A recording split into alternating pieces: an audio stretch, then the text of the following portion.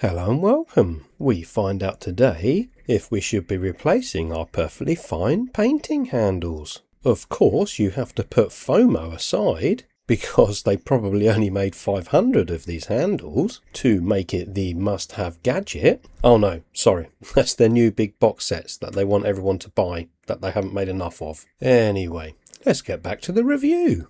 Both handles fit perfectly fine in either of my hands. The new handle is now completely hollow with an open base. Less plastic used means more GW profits. The logo on the handle, however, isn't really needed, as the massive mould lines on the product clearly state I'm a Warhammer product. At least they're consistent, and as an added bonus, those mould lines will match your little miniatures. But seriously, I'm sure those ridges will wear down with enough use. To see how the new handle performs, I'll be using my trusty old spring-loaded painting handle.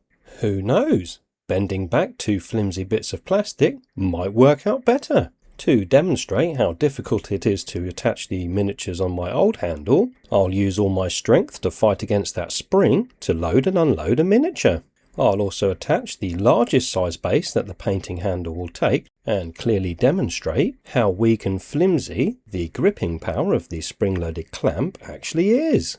Another flaw with the old style painting handle is that some miniatures actually come with square bases. Although it technically fits on that painting handle, I'm not sure I could trust it staying on there when pushing it with my paintbrush. With that quick overview on how the old painting handle works, let's look at the new one. I'll be using exactly the same miniature bases as I did for the old handle to keep this fair, and to clearly demonstrate how much easier it is to use the new handle. Obviously I don't want to rush this process, as my camera blurs when I'm moving too quickly, so I'm attaching the miniature to the painting handle as slowly as I can to demonstrate how easy it is to attach it to the base. And that's definitely not the sound of one of those plastic wings cracking under the stress of being bent back. A great feature of this new handle is gently prodding a miniature removes them easily. Just look how securely that miniature is being held on that handle. It's like looking at engineering at its best.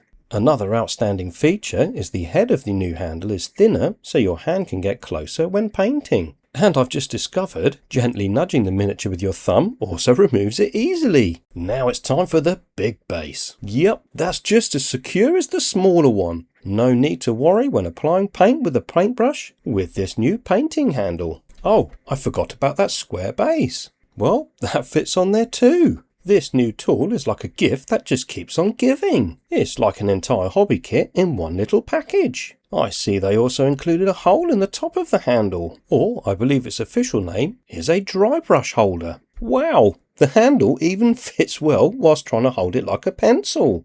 I really think my dry brushing game is going to be knocked to the next level. Oh, hang on a minute.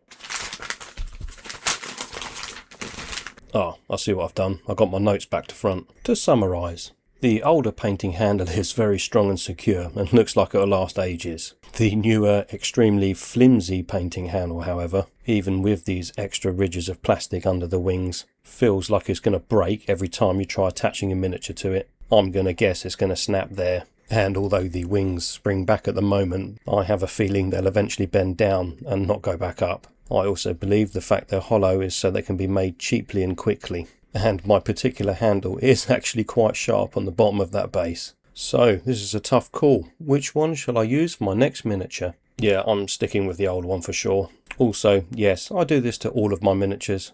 Thanks for watching and have fun.